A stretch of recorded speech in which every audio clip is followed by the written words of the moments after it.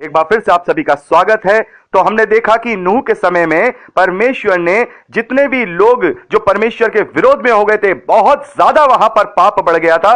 नूह और नूह के परिवार को छोड़ सबको नष्ट कर दिया और फिर नूह और उसके परिवार के द्वारा ही ये जो मानव का जो वंश है वो वापस बढ़ा और पूरी पृथ्वी पर फैल गया। लेकिन फिर भी जबकि नूह और नूह के परिवार के द्वारा परमेश्वर के विषय का ज्ञान अपने वंश को, अपने वंशजों को दिया गया, लेकिन फिर भी वो अपनी संसारिक अभिलाषाओं में और पाप में फंसकर ऐसे पड़ गए कि उन्होंने परमेश्वर की महिमा मूर्तियों को देना शुरू कर दी। यानी कि जो महिमा परमेश्वर को देनी चाहिए थी वो महिमा वो नाशवान मूर्तियों को और मन घड़ंत भगवानों को देने लगे, जो कि शैतान के बहकावे में आकर के और अपनी संसारिक बुद्धि में चल करके उन्होंने ये सब चीजें की। तो यहां पर हम देखते हैं कि समय समय पर परमेश्वर के चेताने के बावजूद भी, उनके मार्गदर्शन के बावजूद भी जो मनुष्य है वो परमेश्वर की योजना के खिलाफ ही काम करता रहा। लेकिन परमेश्वर की तो योजना यही थी, परमेश्वर की तो इच्छा यही है कि मैं और आप अनंत जीवन को पाएं। यानी कि जो मानव, जो आदम की संतानें हैं वो अनंत जीवन को पाएं, उस स्वर्गीय शरीर को पाएं और परमेश्वर की सहभागिता को पाएं। तो उसी योजना के साथ परमेश्वर ने आगे चल के अपने भविष्यवक्ताओं को इस धरती पर भेजा कि समय समय पर वो लोगों को चेताएं, उन्हें सही मार्गदर्शन दें, उन्हें समझाएं कि वो इस धरती की अभिलाषाओं को छोड़कर परमेश्वर की ओर फिरें, अपने मनों को फिराकर परमेश्वर के ग्रहण योग्य बने। लेकिन फिर भी कुछ लोगों ने परमेश्वर को जाना और कुछ लोगों ने परमेश्वर का विरोध किया। फिर उसके बाद परमेश्वर ने मूसा के द्वारा इजरायलियों पर एक व्यवस्था को उतारा। व्यवस्था वो कायदे कानून है जो लिखित रूप में परमेश्वर ने इस धरती पर मनुष्यों को, या हम कहें इजरायलियों को दी, कि उस व्यवस्था के अनुसार वो अपने जीवन को जिएं और पाप मुक्त जीवन जीकर वो उसकी धार्मिकता के द्वारा उस अनंत जीवन को प्राप्त करें। लेकिन वहां पर भी हम देखते हैं जो व्यवस्था परमेश्वर ने मूसा के द्वारा इजरायलियों को दी थी, उस व्यवस्था के जो कि आत्मिक व्यवस्था थी, उस व्यवस्था को भी उन्होंने शारीरिक व्यवस्था में बदल दिया। यानी कि उनके पापों की क्षमा के लिए बहुत सारे विधि विधान परमेश्वर ने उनके बीच में दिए थे। मेल बलि है, पाप बलि है, होम बलि है। यदि वो कोई गलती करते थे या अशुद्ध हो जाते थे या पाप में पड़ जाते थे तो उसके बदले में वो बलि चढ़ाया करते थे और बलि चढ़ा करके पापों के प्रायश्चित वहां पर याजकों के द्वारा किया जाता था। तो परमेश्वर ने एक ऐसी व्यवस्था बना दी कि जो तुम पाप कर रहे हो उसकी क्षमा मैं तुम्हें इस प्रकार से दूंगा, व्यवस्था के अनुसार। जब तुम बलि चढ़ाओगे और प्रायश्चित करोगे, याजक तुम्हारे लिए प्रायश्चित करेगा, तब मैं तुम्हारे पापों की क्षमा कर दूंगा। लेकिन वहां भी क्या हुआ, लोगों ने इसे अपनी आदत बना ली और पाप बलि देना और होम बलि देना उन्होंने एक रिचुअल बना लिया और उस आत्मिक व्यवस्था को, जो आत्मिक थी, उसको शारीरिक दशा में शारीरिक कर दिया। तब परमेश्वर ने क्या किया? तब परमेश्वर ने फाइनली अपनी योजना के अनुसार वचन को देहधारी किया। और यह बहुत जरूरी था क्योंकि परमेश्वर की योजना मनुष्यों को बचाने की है। परमेश्वर की योजना उन्हें गंधक की झील में डालने की नहीं है। परमेश्वर की इच्छा, परमेश्वर का प्रेम हमसे इसी रीति से दिखाई देता है कि उसने हमें कभी भी छोड़ा नहीं। यह मनुष्य अपनी खुद की बुद्धि में फंसकर परमेश्वर के विरोध में कार्य करता है और फिर परमेश्वर को ही दोष लगाता है। लेकिन परमेश्वर ने अपने प्रेम को इस रीति से प्रकट किया। हम देखते हैं यूहन्ना का सुसमाचार 1 अध्याय, हम देखते हैं कि आदि में वचन था, वचन परमेश्वर के साथ था और वचन ही परमेश्वर था। और 14वें वचन में देखते हैं वचन देहधारी हुआ, यानी कि प्रभु यीशु मसीह के रूप में फाइनली वचन इस धरती पर देहधारी होकर के आया ताकि जो समस्त मानव जाति है वो उस पर विश्वास करने के द्वारा उद्धार को प्राप्त करे, अनंत जीवन को प्राप्त करे। वो अनंत जीवन जिसकी इच्छा परमेश्वर ने आदम और आदम की संतान के लिए रखी है। जो योजना उसने आदम को बनाते वक्त रखी थी कि आदम और आदम की संतानें, इन्हें मैं अपना ऐसा परिवार बनाऊंगा जो विश्वास योग्य होगा, जो परखा गया होगा, परीक्षा में पड़ा हुआ होगा और ये उसके बावजूद भी शैतान के बहकावे में नहीं आएगा और ये मेरा ही ग्रहण योग्य बना रहेगा। तब मैं इसे अपनी सहभागिता में लूंगा अनंत जीवन के लिए।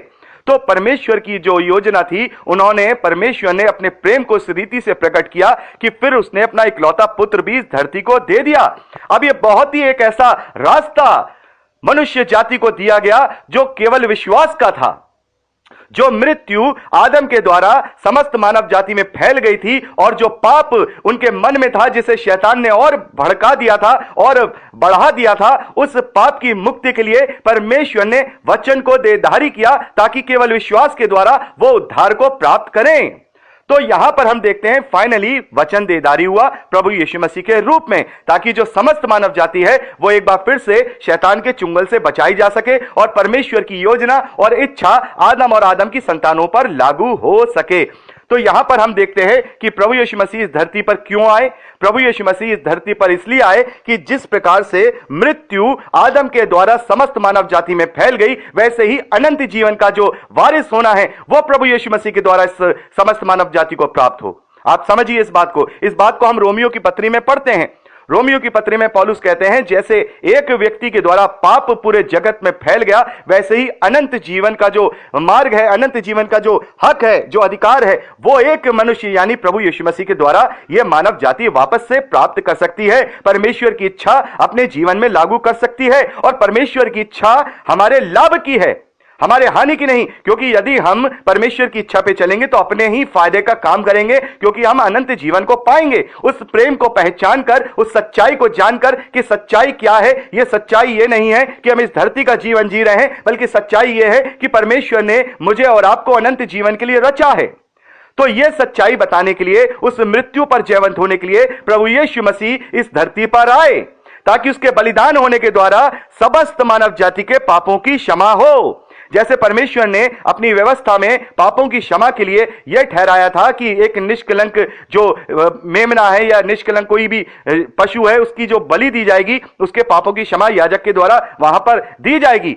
लेकिन अब परमेश्वर ने जब देखा ये व्यवस्था को भी इन्होंने शारीरिक बना दिया है, तब परमेश्वर ने अपनी योजना के अनुसार वचन को देहधारी किया। एक निष्कलंक मेमने के अनुसार इस धरती पर वो आया। वो एक कुंवारी मरियम से, एक कुंवारी स्त्री से जन्मा। वो किसी मनुष्य का बीज नहीं है। चूंकि उसके अंदर किसी मनुष्य का बीज नहीं है, इसलिए उसके अंदर मृत्यु की प्रवृत्ति भी नहीं है। लेकिन अगर उसमें जो वो शरीर में होकर आया है, जब वो निष्कलंक है, वो बिल्कुल निष्पाप है, जब वो समस्त मानव जाति के लिए बलिदान होगा, तो उसके लहू के द्वारा समस्त मानव जाति के पापों का छुटकारा भी हो जाएगा, उसकी वाचा के ही अनुसार। उसी की यह व्यवस्था है।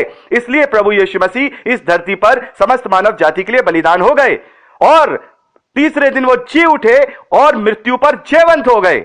ये जो प्रभु यीशु मसीह के द्वारा हुआ, ये हमारे लिए इस मृत्यु का छुटकारा है, जो मृत्यु आदम के द्वारा समस्त मानव जाति में फैल गई।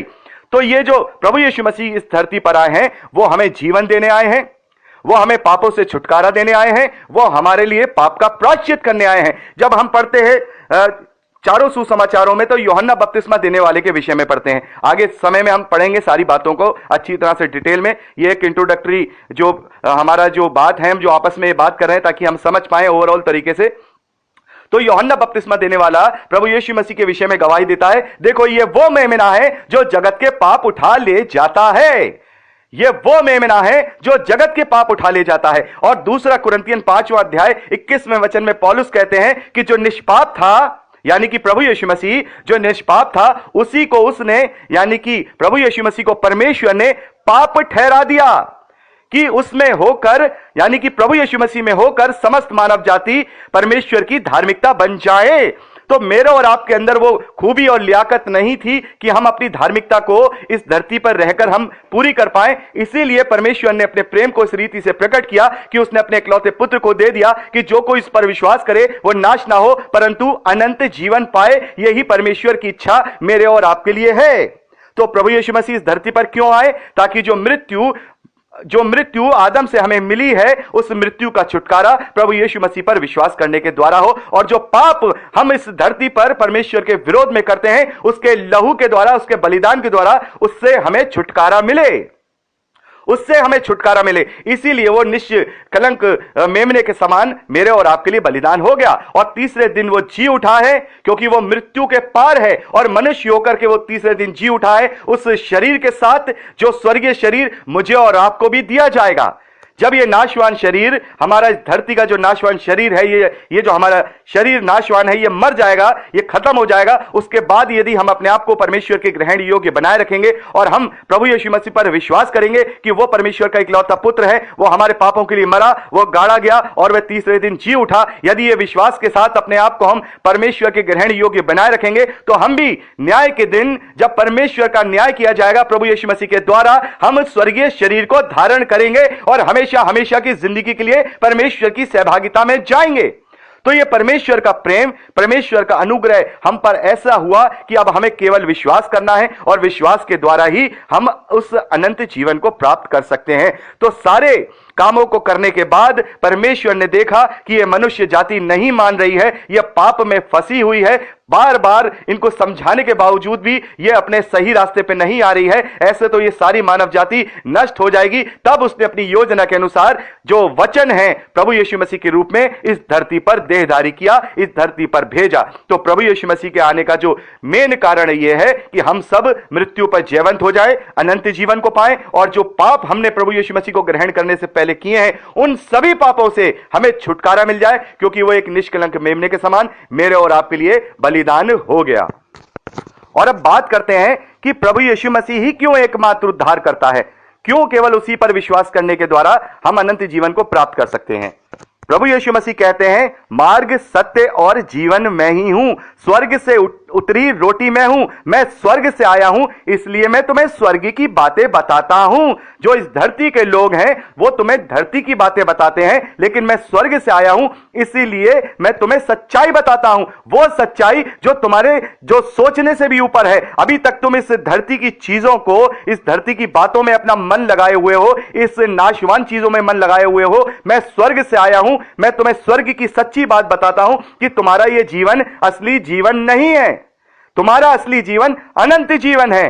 प्रभु यीशु मसीह कहते हैं, मार्ग, सत्य और जीवन मैं ही हूं। तो मार्ग प्रभु यीशु मसीह ही क्यों है? क्योंकि उसने ही अपने आप को बलिदान करके वो रास्ता तैयार कर दिया कि हमारे पापों की क्षमा हो और हम उस मृत्यु से पार होकर अनंत जीवन को प्राप्त कर सकें। तो यहां पर कहते हैं, प्रभु मार्ग में ही हूं, क्योंकि उसके अलावा और कोई इस योग्य नहीं है कि वो हमें परमेश्वर से हमारा मेल करा पाए। हम प्रकाशित वाक्य में पढ़ते हैं कि जब जीवन की पुस्तक को खोलने का समय आया तो वहां पर कोई भी उस जीवन की पुस्तक को हाथ लगाने के योग्य भी न ठहरा, ना ही स्वर्ग में, ना ही धरती पर, ना ही धरती के नीचे। लेकिन वहां पर हम प्रभु यीशु मसीह के विषय में देखते हैं कि उसने प्रभु की आज्ञा को, अपने पिता की आज्ञा को मानकर अपने आप को एक वध किए हुए मेमने के समान समस्त मानव जाति के लिए वध कर दिया और अपना यह अधिकार प्राप्त कर लिया कि उसके द्वारा ही वो जीवन की पुस्तक खोली जाएगी। तो यहां पर हम देखते हैं इकलौता मार्ग प्रभु यीशु मसीह है, क्योंकि वो ही मेरे और आपके पापों के लिए बलिदान हुआ है, कोई और नहीं हुआ है। वो ही हमारा मध्यस्थ है, वो ही हमारा मार्ग है। यदि हम उस पर विश्वास करेंगे, उसके बलिदान पर विश्वास करेंगे, तब हमारे पापों की क्षमा होगी और हमारा मेल परमेश्वर से हो पाएगा। तो इसीलिए प्रभु यीशु मसीह मार्ग है। सत्य क्या है? जैसा मैंने अभी आपको बताया कि प्रभु यीशु मसीह जीवन की रोटी है, स्वर्ग से उतरी हुई रोटी है। वो सत्य जो वो स्वर्ग से लेकर के आया है, वो सच्चाई जिसकी आशा में हम जीते हैं, जो मसीही विश्वासी हैं, उसी आशा में जीते हैं कि हम उस अनंत जीवन को प्राप्त करेंगे। यह जीवन हमारा असली जीवन नहीं है। यह सच्चाई जब हम जान लेंगे तो हमारा जो मोह है, हमारा जो इस धरती की अभिलाषाओं की तरफ जो हमारा लगाव है, वो पूरी रीति से हमारा खत्म हो जाएगा और हम अपने जीवन को केवल उस अनंत जीवन के लिए जिएंगे। यह सत्य वो हमें उसने बताया है। इसलिए प्रभु यीशु मसीह सत्य है। प्रभु यीशु मसीह कहते हैं, तुम सत्य को जानोगे, सत्य तुम्हें स्वतंत्र करेगा। प्रभु यीशु मसीह कहते हैं, तुम सत्य को जानोगे और सत्य तुम्हें स्वतंत्र करेगा इन तमाम अभिलाषाओं से, इस धरती के आडंबरों से, इस धरती के जीवन से, इस धरती की सोच से, इस धरती की बुद्धि से तुम्हें स्वतंत्र कर देगा। वो सत्य, जो सत्य मैं तुम्हें बता रहा हूं, जो सत्य मैं तुम्हें बताने आया हूं। मैं स्वर्ग से उतरी रोटी हूं। जब तुम इस नाशवान भोजन को करते हो तो इसको खाकर तुम हमेशा जीवित नहीं रहोगे, लेकिन यदि मुझ पर विश्वास करोगे, मेरे पास आओगे, तो कभी भूखे ना रहोगे, कभी प्यासे ना रहोगे। आज जो पीड़ा में तुम पड़े हुए हो, आज जिस तकलीफ में तुम पड़े हुए हो, चाहे कैसी भी तुम जिंदगी को जी लो, तुम इस नाशवान शरीर के द्वारा मृत्यु को प्राप्त हो जाओगे। लेकिन मैं तुमसे सत्य बताने आया हूं कि तुम मुझ पर विश्वास करो और तुम मेरे पास आओ, तो तुम कभी भूखे और प्यासे न रहोगे। तुम उस अनंत जीवन को, उस अनंत मिरास को प्राप्त करोगे जिसकी योजना शुरू से ही परमेश्वर ने आदम और आदम की संतान के लिए रखी है। तो ये वो सत्य है। प्रभु यीशु मसीह वो सत्य है जिसे हम जान लें, अगर सही मायने में अगर उस सत्य को हम अपने जीवन में लागू कर लें और पहचान जाएं, तो हमारा जीवन वाकई में ही परमेश्वर के ग्रहण योग्य हो जाएगा। और इसमें हमारा ही फायदा है, इसमें हमारा ही भला है, इसमें हमारा ही कुशल है कि हम उस इच्छा को जो परमेश्वर ने हमारे लिए रखी है हम पूरी करें, ताकि हम उस अनंत जीवन को पाएं जहां पर ना कोई दुख है, ना तकलीफ है, ना रोना है, ना आंसू है, ना ही पीड़ा है, ना मृत्यु है। वो हमारे सब आंसू पोंछ डालेगा। जितनी तकलीफ हमने यहां पर रह करके बिताई है, परमेश्वर इतना प्रेमी परमेश्वर है कि वो हमारे सब आंसुओं को पोंछ डालेगा। लेकिन हमें विश्वास करना होगा, उसका ग्रहण योग्य बनना होगा, सत्य को जानना होगा, सत्य को ग्रहण करना होगा। तो यहां पर 15 मिनट की रिकॉर्डिंग हो गई है, हम अगली रिकॉर्डिंग में बात करेंगे। प्रभु आपको आशीष दे। Praise Lord.